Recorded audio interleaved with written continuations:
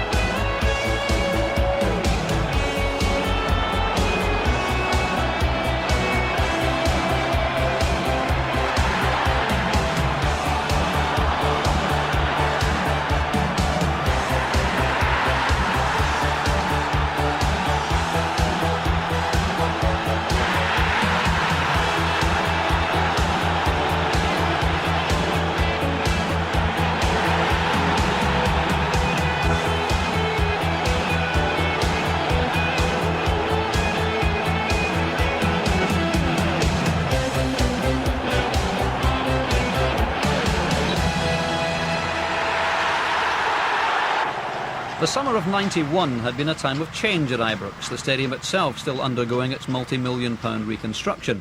And Walter Smith had also set about creating his Rangers team. There had to be changes. Just how many surprised some of the fans. Out, for example, went English international goalkeeper Chris Woods. In came the Scottish international keeper Andy Gorham from Hibernian. Also heading south were fullbacks Tom Cowan and Stuart Munro. In their place, that fine young Aberdeen fullback, David Robertson. Terry Hurlock, who had become a great favourite with the fans, also left Ibrox. In his place, another Scottish internationalist, Stuart McCall from Everton. £5 million for Trevor Stephen from Marseille was an offer Walter Smith simply couldn't refuse. But at £2.2 million from Sampdoria, Alexei Mikhailichenko represented a good bit of business. Mark Walters and eventually Maurice Johnston were both to head for Merseyside. Their pegs would be filled in turn by Paul Rideout, who signed for Notts County, and Dale Gordon from Norwich City. There was to be a new face on the board as well. Lifelong Rangers fan Donald Finlay QC exchanged his seat in the Govan stand for one in the director's box. And so to the opening day of season 91-92, 35,000 at Ibrox on August the 10th, the unfurling of the League Championship flag, and the team taking a bow in front of fans who fully expected another League Championship triumph. The opposition were St Johnstone, and Rangers were to begin the season in style.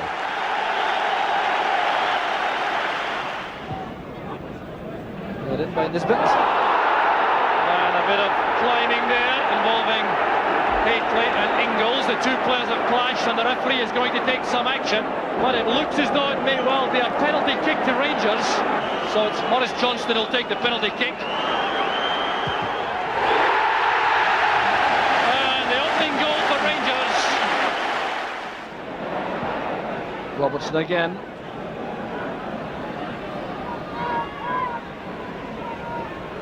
Spikeman being hustled there by Davis. Showing a lot of confidence. That's for Housetrap. Brilliant ball.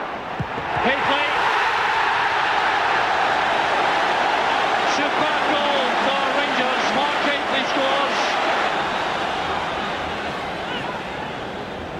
ball from Houstra. Headed away by Turner. There's Trevor Stephen. And some activity again inside the penalty box off the ball. And the referee, Les Mottram, has given another penalty kick to Rangers. Here's Johnston. Totally convincing. A second penalty kick from Maurice Johnston. Houstra with the corner.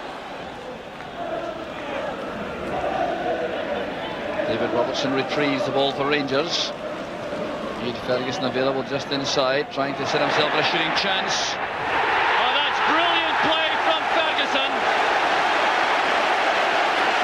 A goal of genuine quality and hugely enjoyed by the Rangers supporters. Fine tackle there by Stephen. There's Houstra. That's for Hateley. He's onside. A great chance for Hateley. Superbly finished. 5-goal deficit. And there the header from Hateley. That's the thought for Mark Hateley. Final score 6-0, and Rangers could hardly have asked for a better start. In midweek, Motherwell were the visitors to Ibrox. Rob Mascat unintentionally gave Rangers an early lead. The second was to be Trevor Stephen's last with the club before his departure to the south of France. 2 more points for Rangers.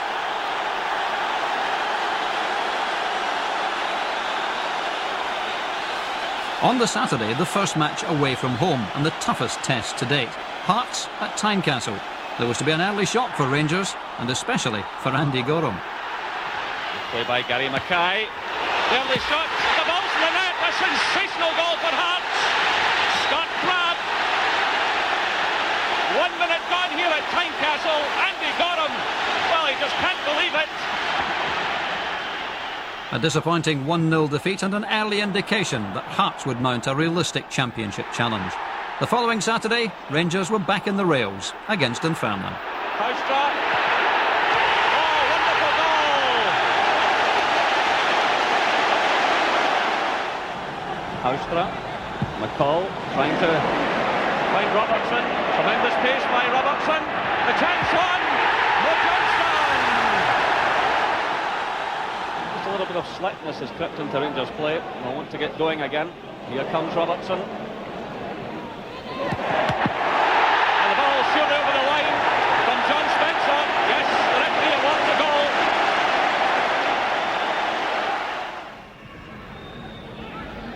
Ferguson to McCoist. Well, look at the delight on the face of Ally McCoist.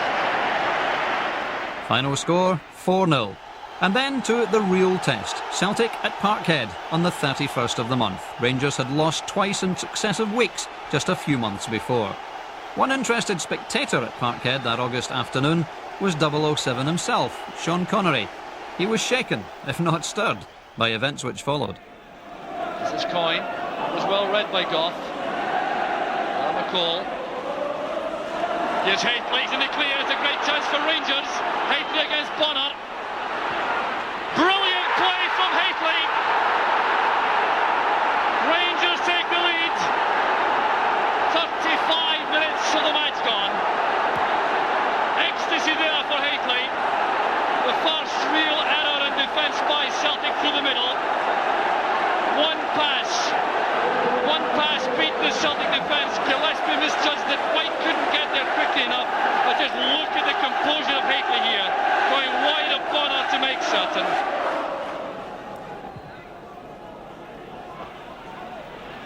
Oh, it's played on well by Hateley for Johnston. Here's Hateley again, switching to his left foot. It's a second for Rangers. It's Mark Hateley once again. And Pat Bonner is utterly dejected. Well, the celebrations go on among the Rangers supporters. The goal came right out of the blue. Some great forward play involving Hateley initially with a head flick. Then Johnston with a return pass. We'll have an inquest here about how Hateley was allowed to get onto his better foot, the left. And then Pat Bonner will undoubtedly believe he should have saved that. August also saw the beginning of Rangers' involvement in the Skoll Cup. The first goal against Queen's Park, scored in his first appearance by an old favourite, Ian Durrant. After that, it was the Maurice Johnston show.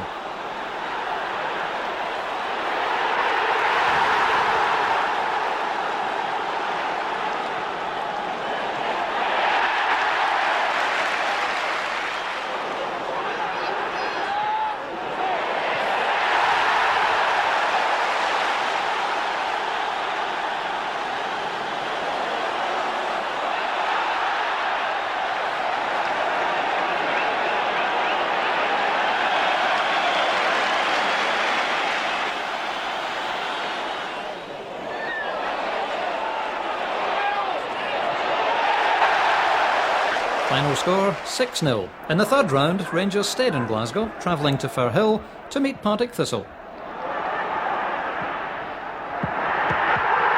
Maurice Johnson again showing his liking for this particular competition. And then a first goal in the light blue for new signing David Robertson. He was pleased. By the end of August then, Rangers lay third in the table behind Aberdeen and Hearts with just that one defeat at Tynecastle. But they had scored 14 goals in 5 games, and that was a portent of things to come. Player of the month? Well, that had to be Mark Hateley, didn't it? A hat-trick in the opening match against St Johnstone, and then those 2 at Celtic Park. Sadly, August also saw the untimely passing of Willie Thornton, one of Rangers' all-time greats. Latterly, his duties had included showing hundreds of Rangers fans around the trophy room. But as a player in the Bill Struth era, he had won championship and cup medals alike. His partnership with old friend Willie Waddle was always particularly productive for the Light Blues. His career was interrupted by the Second World War, a war in which he won the military medal. Willie Thornton will be sadly missed by everyone at Ibrox. Into September and back to Tynecastle, this time on Skull Cup business. Rangers looking for revenge. David Robertson will reach Hateley. Oh, it's a lovely touch from McCoist. A terrific goal for Rangers. And McCoist is back with a bang. Back to the league then, and a visit to Brockville. There's Housetrap. That's a very neat turn. Sending it across there for the opening goal from Scott Nisbet. Well, reverting to the role which took him to Ibrox in the first place. He went there as a striker, and that was a real striker's finish.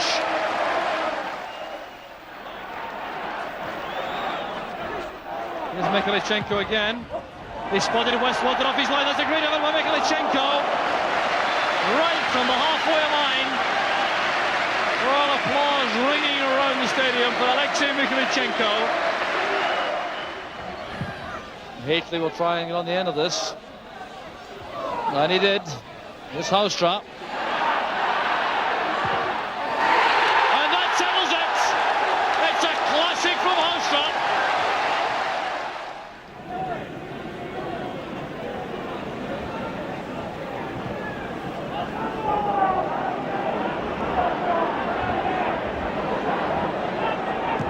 Nisbet. Through the middle for Ally McCoist. Ally McCoist!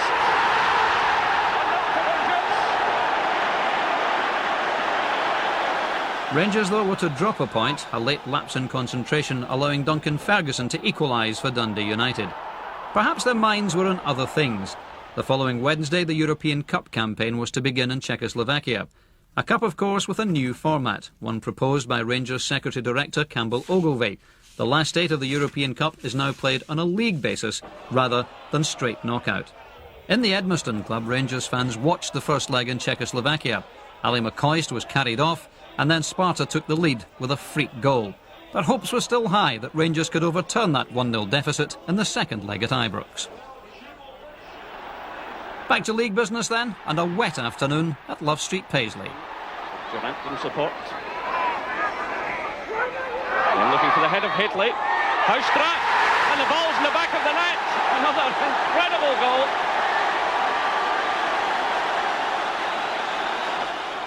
Once again organising his defence. Nisbet has moved up there. Ball right across the goal. Nisbet! Scott Nisbet has scored!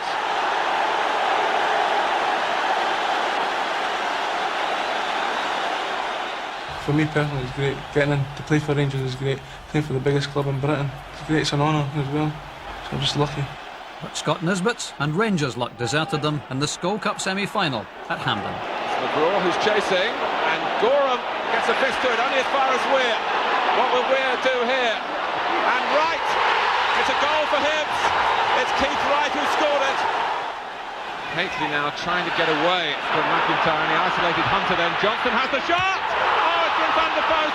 McCoist was there for the rebound, and Burridge has recovered somehow. Rangers failing to make the final for only the second time in 11 seasons. In the league, Rangers lay third at the end of September after a 2-0 home defeat by Aberdeen. Player of the month? Well, that had to be Scott Nisbet, whose assured displays in the centre of defence made him the most improved player in the Premier Division for September. October began with the vital second-leg European Cup tie against Sparta. Rangers 1-0 down.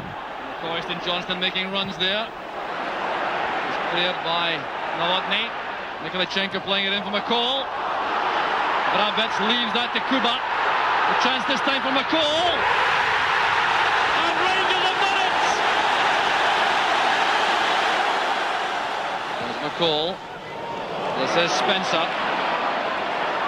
Oh, that's fine play by Spencer. Looking up now to see who's in space. Johnston! That's McCall, he does it again! But at 2-0 up and with a place in the next round looking there for the taking, Rangers somehow contrived to lose the most bizarre goal, and with it, the cherished European dream for another season. And the ball is in the net! Sparta have scored! Rangers were to find the best cure for their European hangover, though, was to keep on scoring in the league.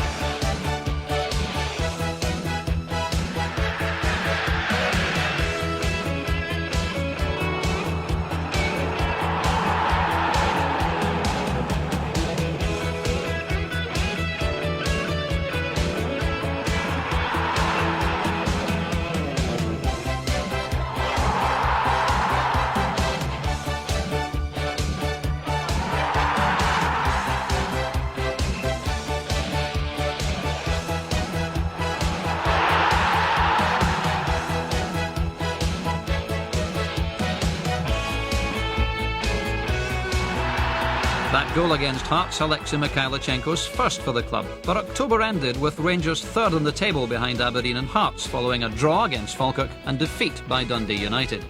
Player of the month? Well, 9 goals in 6 games, a remarkable scoring record, was the first indication that this was to be a very special season for Ally McCoist.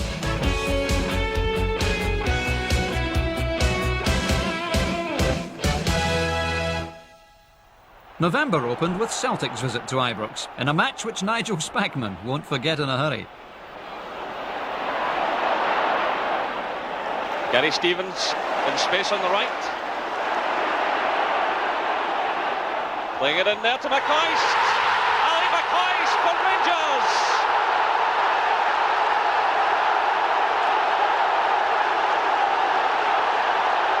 Minutes gone.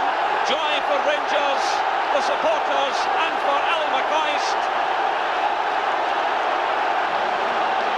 That's his 13th goal of the season.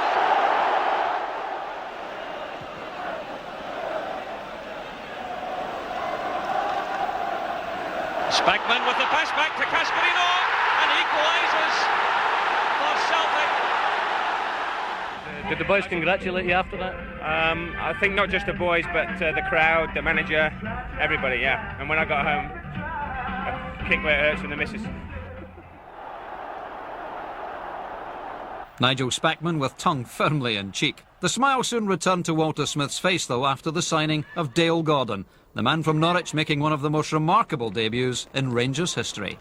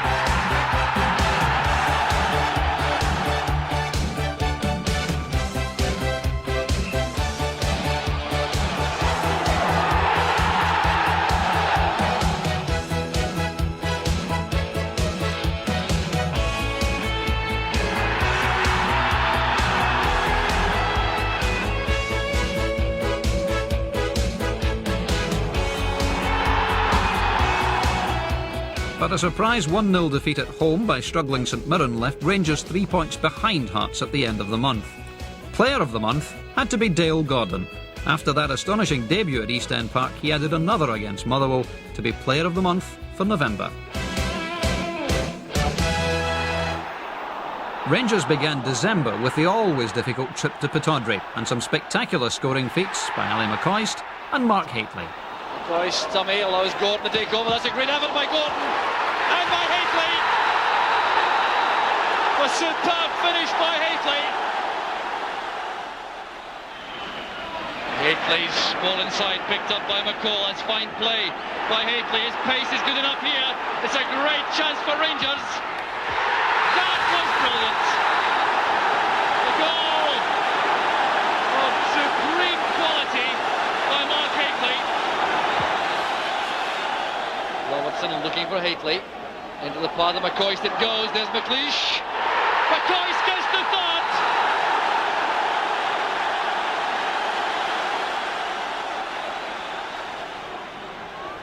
His nets off well forward. Into the path of Ally McCoist.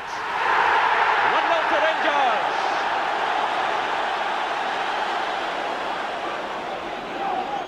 McCoist racing through again. And Hateley scores for Rangers.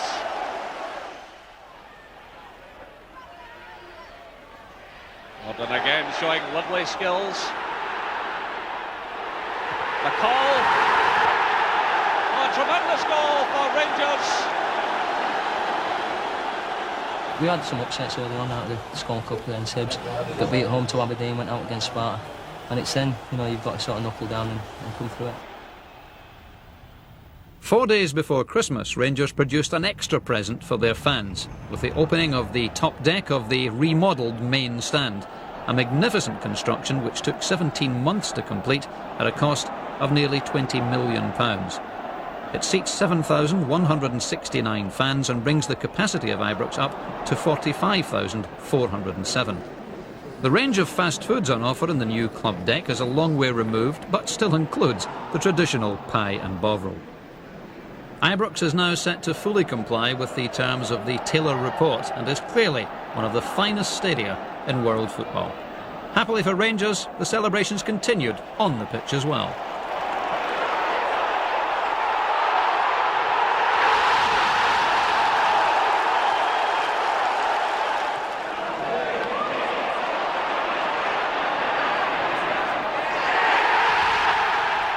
Ally McCoist's double and the 2-0 win was his 6th of the season. It saw Rangers end the month with 5 wins out of 5, a total of 13 goals, but still 2 points behind Hearts. For a succession of tenacious midfield performances, Player of the Month in December had to be Stuart McCall. Since 1971, the Rangers News has provided fans with all the behind-the-scenes information they require from Ibrox.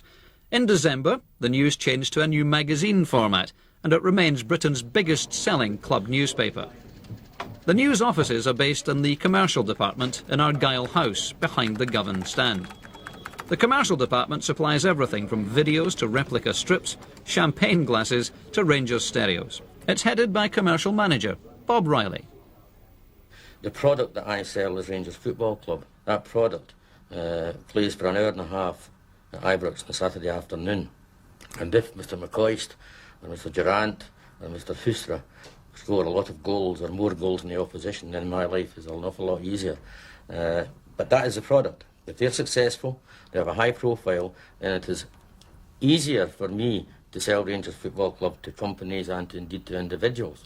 One item which is on sale to both companies and individuals is the sale of a seat at Ibrox through the Rangers bond. So successful has it been that there are now very few left. The man responsible for the marketing of the bond is old Rangers favourite and now club public relations executive John Gregg. Good afternoon, can I help you? This is a labour of love for me. I didn't want to work for any other football club, either play for them or manage them or work for them in any capacity. This has been my life at Rangers Football Club since I was 16 years of age, and I just can't envisage myself at another club. My heart wouldn't be in it. And it's that same dedication which Rangers apply to providing the best possible facilities for their fans. People will not come just because it's Rangers. It's got to be Rangers associated with value, and value for money and quality, and I think that's what we are portraying here. Back on the pitch, 1992 began in the best possible way for Rangers, with victory at Celtic Park. Gasparino's header. There's Peter Grant turning straight into Spackman, who's strong enough to get through White. Here's Dale Gold. This is a good chance for Rangers, right on a half-time whistle. Across to Hateley. Here's McCoist. It's first blood to Rangers, right on the half-time whistle. Galloway's corner driven in, and a bulletin header from Tony Mowbray. Gasparino retaining possession well. Brown picks up the loose ball in midfield though. That's for McCoist. Marshall is committed. And McCoist can't get up, and the referee's given a penalty. So it's Hateley against Marshall. Beautifully taken penalty kick. Rangers are back in front, and Hateley gets his 14th goal of the season.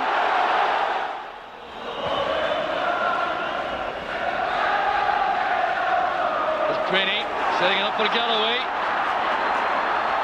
Queuing up in the middle for this. Here's Collins setting it up for Paul McStay. It's a great effort by McStay, and the save from Andy Gordon denies the Celtic captain. Hateley on the right, holding the play up for Stevens. Spackman again. John Brown's in the middle. Alstra on the left. McCoist in the inside right position. Here's Brown going all the way himself. That settles it! John Brown ends the match in a contest with that rifling left foot shot. I've been on the bench for a while, and had a game out against St Johnstone here. I got a goal, and the confidence started coming back. But special moment going to Parkhead and scoring in the last minute. That'll always stick with me. A moment that will stick with Tom Sutherland, the freed Beirut hostage and former Rangers player, is the welcome he received when introduced to the crowd before the match with Hibs in mid-January. And he saw a Rangers victory too. Richard Gough clipping it forward. And Dale Gordon has scored for Rangers. A call to Gordon. Gary Stevens running in support. So Gordon taking his eye off the ball, losing possession. Spackman though, getting the better of McGinley there. Still Spackman, playing it through to Ally McCoist. And the ball goes into the back of the net. It takes a deflection, 2-0 to Rangers. Rangers then went on to make it 19 points out of 20 in the 10 games since the St Mirren defeat in November, with this win over Motherwell.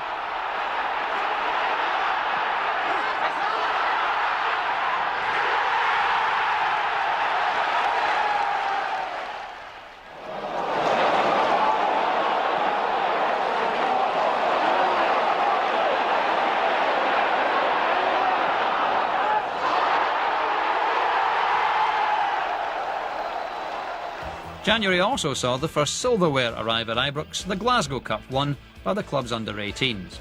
The month ended with Rangers finally on top of the table, 2 points clear of Hearts. Player of the month? Well, as much for his last-minute goal at Celtic Park at New Year as anything else, it was the bomber, John Brown.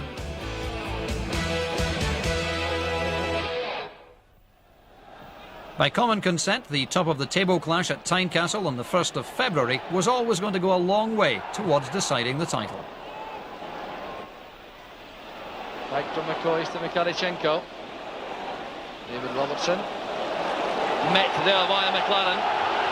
Good concerted pressure this though from Rangers.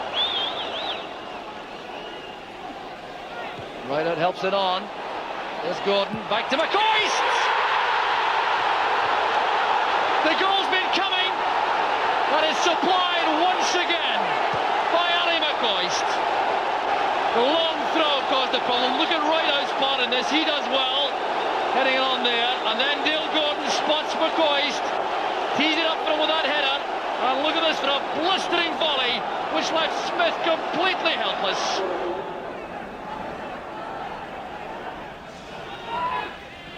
Evans to McCoist. A little gap opening up there. Great play by McCoist and Dale Gordon. Ally McCoist, a magnificent goal for Rangers. Get it on there by McCoist in there. Alexei Mikhailichenko. In February, the club also announced a lucrative 5-year deal with Adidas for the new Rangers strip. But the team were back in familiar garb for the 5-0 win over Airdrie.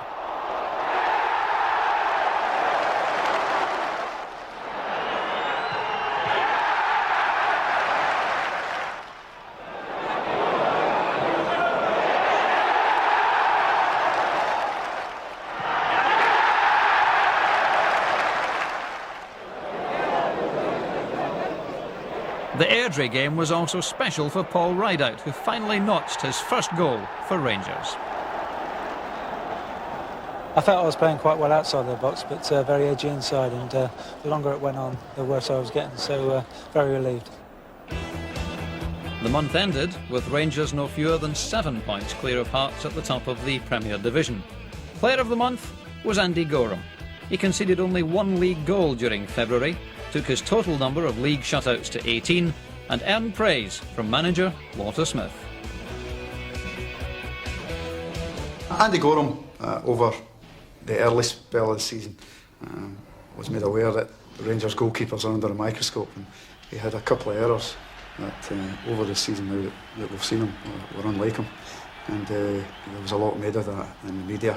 But after that period he settled down, and I think over the season has shown that he's a great acquisition for Rangers, and I think has played particularly well the last 6 months or so of the season, and has had a lot to do with the fact that we've not lost that many goals.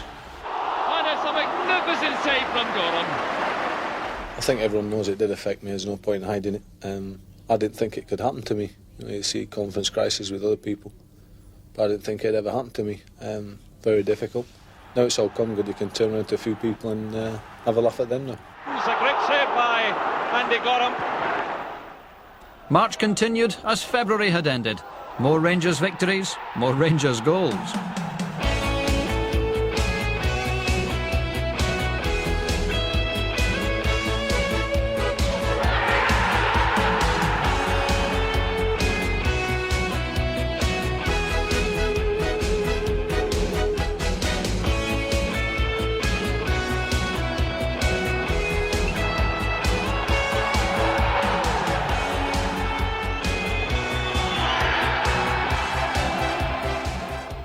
Not content with the best goals against record in the division, Andy Gorham was saving penalties too.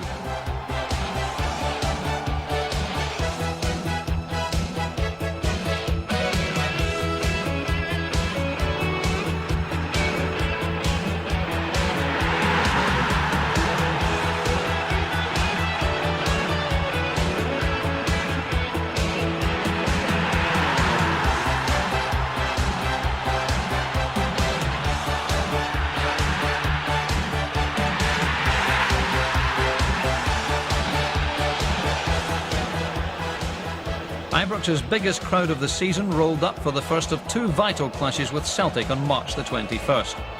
Celtic were to win 2-0, a result which meant little in terms of the league championship and acted as a spur for Rangers for a more important win at Hampden 10 days later.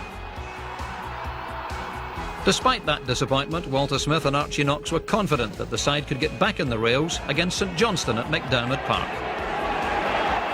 Durant once again playing in early this time. Hamilton coming to meet that. He's still committed. Down goes Spencer, and the penalty kick has been given. There's no look at all for Lindsay Hamilton. It was a brilliant stop initially, but Hateley gives Rangers the lead. This is Spencer. Now McCoist. Again, Hateley getting up well to that. No answer this time from the St Johnstone defence.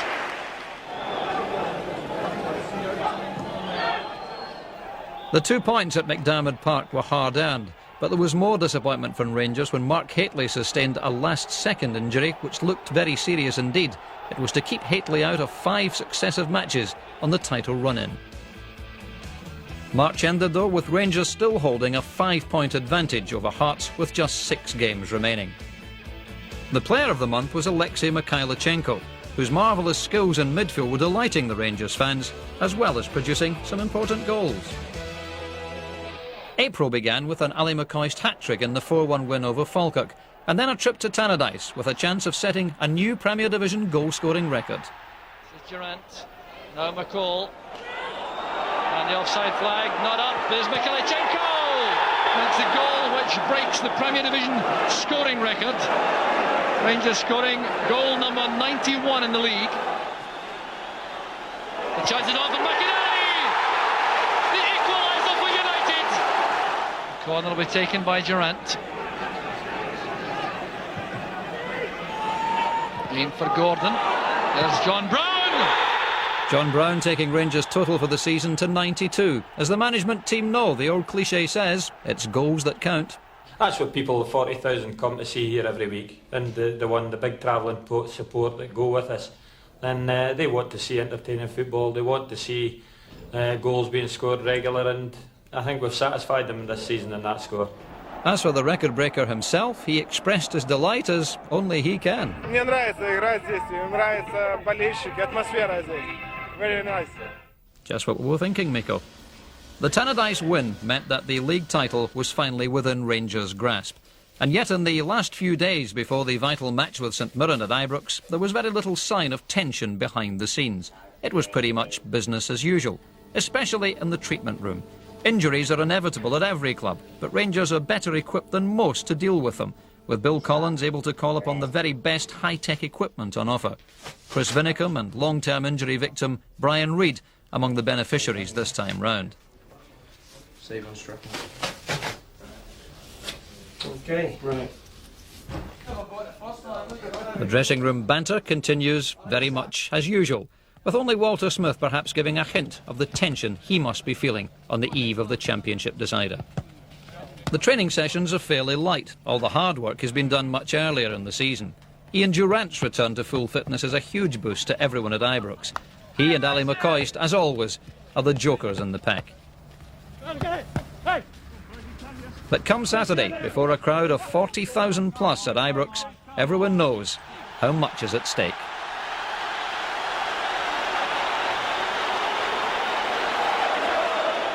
So Ibrox Stadium packed to capacity and virtually entirely with Rangers supporters who are in celebration mood right at the start of the match. In anticipation of a championship won again this afternoon. Stickrod's layoff, there's McGowan and Torferson. Stickrod is onside, good ball across. Hewitt was too deep. Now trying to retrieve it. And the cross posing no problems there for Andy Gorham. McCoist going through here, the ball holding up in the breeze, and McCoist is going to score! The opening goal for Rangers in 19 minutes, and for McCoist it's goal number 34 of the season. A long kick out, caught there by the wind which carried the ball, then held it up there for McCoist to get there just ahead of money, and the rest was easy. Richard Gough header. Lambert, Vinicum and Brown showing a little bit of misunderstanding there, but came to no harm, and Vinicum showing his determination. He has Mikhailchenko inside, McCoist waiting in the middle. It's good play by Vinicum. This is Mikhailchenko. Back it comes to Stevens. 2-0 to Rangers. A goal which he's been threatening all afternoon. Was down to the work done by Chris Vinicum. He worked so hard to get the ball in that position. Mikhailchenko with great vision looks up, spots Stevens, and just look at the way that was struck. Campbell Murray left completely without a hope. Well, it's only the second goal of the season for Gary Stevens, but he'll seldom score a better one. Hallstrom making for the byline, supported well by Vinicum. There's Hallstrom again. Now Durant. McCoist on the turn. That's great play by McCoist.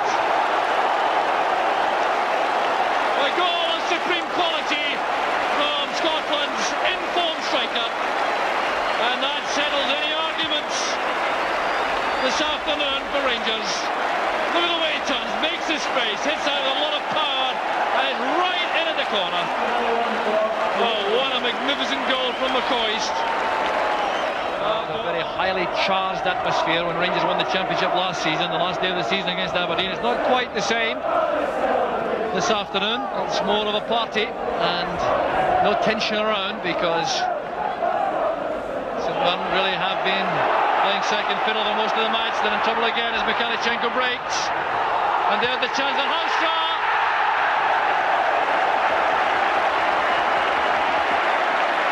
So 4-0 to Rangers, and Mikhailchenko again at the heart of another excellent Rangers move, sprinting forward, playing this in with the left foot, the wrong foot playing it in. Good handling initially by Money, but the easiest of tasks in the end for Peter Haustra. So Haustra collects goal number 5 of the season.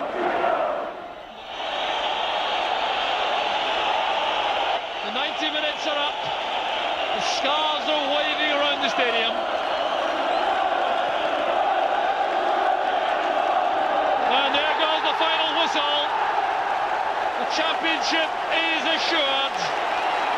And these Rangers supporters now can begin the celebrations in earnest.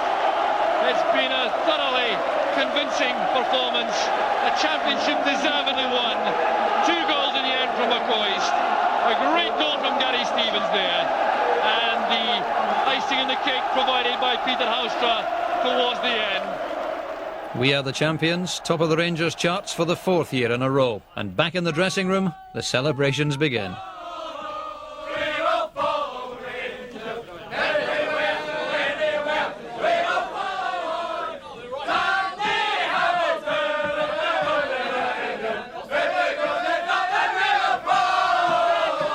I think we've only lost 5 games in 42 games or 41 games. It speaks for itself. You know? We've been very consistent this year, and I'm just glad we won the championship at home again. Well, this is icing on the cake. After 3 years, I've been out for 3 years. This is icing on the cake. It's nice to finish. Well, I say finish, to clinch it. You know, with a good performance. We came in at half time 1-0, a little bit flat, but the gaffer and the actually lifted us, and we went out full of confidence. And Gary's strike there just capped us on to have a good second half, and it's nice to win it in front of his own fans, you know. We maybe struggled a little bit first half, second half was a good performance though. We needed the goals to lift us. We did. Thank you. Who got the goals again? I think you got 2. Thank you very much. End of interview. They've never played like they played today. The second half was better, wasn't it? Tremendous. Great. When Archie and myself took over, we had only 4 games to go last season, so therefore it was Graham's team that we had to more or less guide through to the end of the season. But we had a lot of changes to make in the opening spell of the season, bringing in 4 or 5 new players in the early stages of the season, and that was a difficult period for us, and not without its hiccups. So after that, we can turn and say, yeah, it was our team that won the championship. And won it well. Rangers 7 points clear of Celtic in second place, with still 3 games remaining. Man of the month for April, Gary Stevens, who scored against St Mirren, had been an ever-present up to that point, and was about to receive an overdue recall to the England team.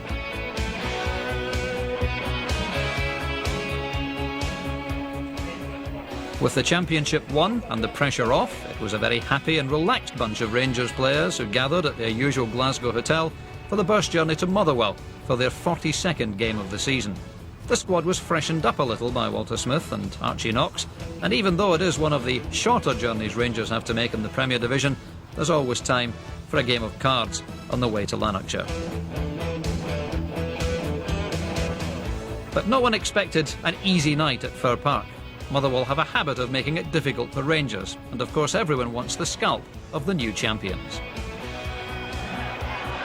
Andy Robertson, Durant and Haustra. Out comes Thompson. Rangers had men to spare on the right-hand side there. Yeah, situation lost there. But here's Arnott. He's in behind Spackman. It's a chance for Motherwell. It's a goal for Motherwell.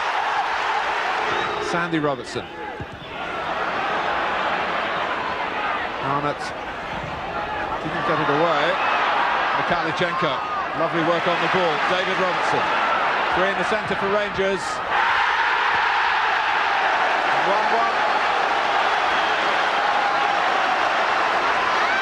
The driven cross did the damage with Mikhailichenko lunging towards it.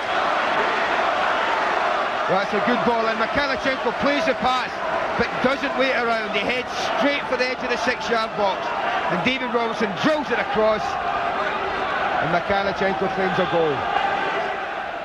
Looks to me as though Philibin and Martin have swapped jobs. But here's Steve Presley. Halstra. Oh, it's Mikhailichenko, it's set up for him. What a shot. He's buried it. He is having a good night. And making Motherwell pay again, as he's done so often this season. Well, this is a magnificent shot of what is really a great finish. Dropped on his favourite left foot, watch as it comes across. Peter Hauser tries to feed it in here. Comes down, one bounce, his favourite left foot. Billy Thompson's no chance. 2 more goals for Alexei Mikhailichenko. What an important player he's been for Rangers this season. But he's not alone. David Robertson's come in and slotted in as if he had played for Rangers for a number of years, and I can pay him no higher compliment than that. He has never been any problem at all, and very similar to Gary Stevens on the other side, who has been doing the same type of job for 4 years now. Nigel Spackman, a player I think a lot of people look around their players and don't consider him to be one of the star players, which I don't think even Nigel would consider himself to be. But he's a very influential player for Rangers and works particularly hard, and a type of player that every team needs. And he, in 2 seasons now, has 2 league championship medals, so he's been more than successful for us. One of the most pleasing aspects of the season for everyone at Ibrox must be the return to fitness of Ian Durrant. He's recaptured a lot of the old zest for the game now. He looks as though he's got that wee spring in his step again, and everybody at Ibrox is delighted. He's been at Rangers since he was 12 years old, in training and in an S form and then up through all the grades. So he's a popular lad, and he's a bubbly character in the dressing room. He keeps them all going, and we're delighted that he's back. And what of Ally McCoist? He seems to have won everything this season except the Eurovision Song Contest. And who's to say that Ally wouldn't fancy his chances in that as well? Well, I felt this year, personally, I had a point to prove to myself, first and foremost. And fortunately it went well, and I did prove the point.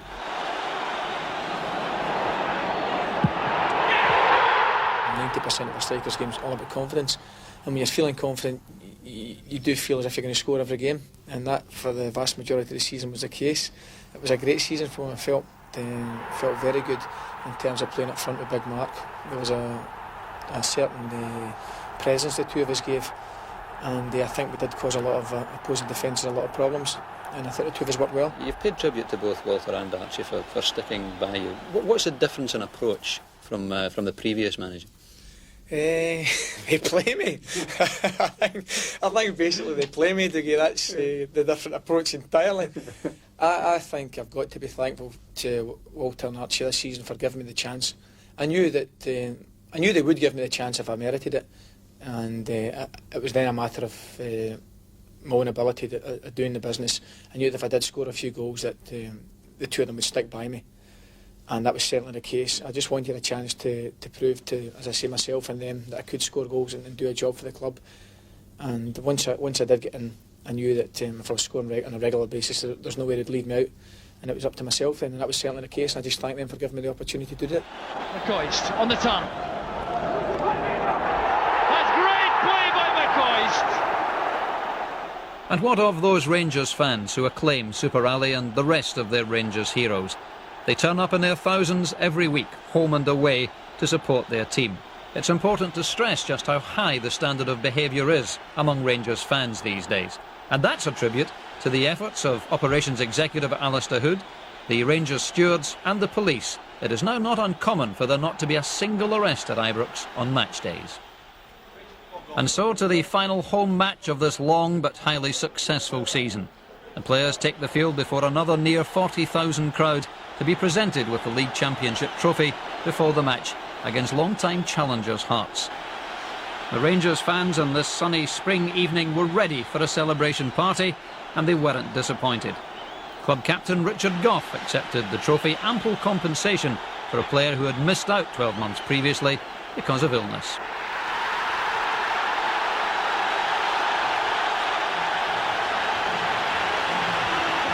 Rangers fans witness the club lifting the league trophy for the 42nd time in their history. The first was won way back in 1891 when it was shared with Dumbarton, and of course Dumbarton are just a few days away from clinching the second division. They certainly hope to do, but Rangers Premier League champions 1991-92. And of course Rangers winning the championship for the 4th successive year. The last time they managed that was way back in 1899 up until 1902. As to the match itself, well, Ally McCoist was looking for more goals to try to become the first Scot to win the Adidas Golden Boot. Well, it's Durant for Rangers. McCall tearing through the middle. Hateley's in space on the far side. It goes through to McCoist. Ally McCoist off the underside of the crossbar. Well, look at the face. The man who's searching for goals towards the European Golden Boot. He's got 35 of them this season, 31 in the league, and he'll not come much closer than that. Well, I'd mentioned earlier what a terrific imagination Ally McCoist has got in these situations. Great control, just turns on it, digs it over Henry Smith, and very unlucky to see that hit the underside of the crossbar here. Great effort.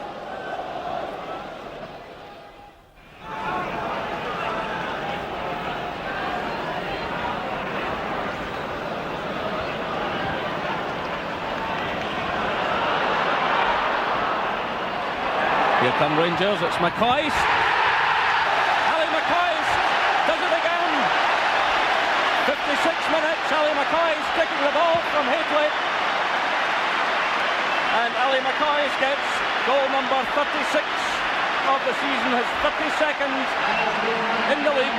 They found a little gap there, a lovely little ball put in the inside of Craig Levein. Hateley gets round the back, knocks the ball across goals, and well, couldn't drink for McCoist those chances. McCoist's 36th goal-scoring grin of a remarkable season. And even though Hearts did manage a late penalty equaliser, it didn't spoil the Rangers celebration party. Out came the league championship trophy for another lap of honour and another chorus or 10 of Campioni, Campioni.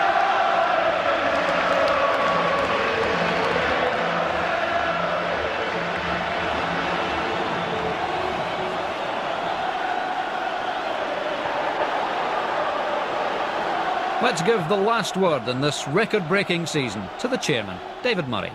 Well, there we are, 4 in a row. A wonderful season for us. I believe now that we're moving into a new era, the Smith era. We've had the Struth, the Simons, we had the Souness era. It's all down to Walter and Archie now. The supporters have been tremendous this year, got behind the team. We've achieved a lot, but I believe we can go on to greater things. Let's try and retain the championship next year and go on and make our mark in Europe, something we regretfully have not done for a while. And I'm sure with the greatest supporters that any team has in the world, we'll go on to greater glories together. Thanks very much.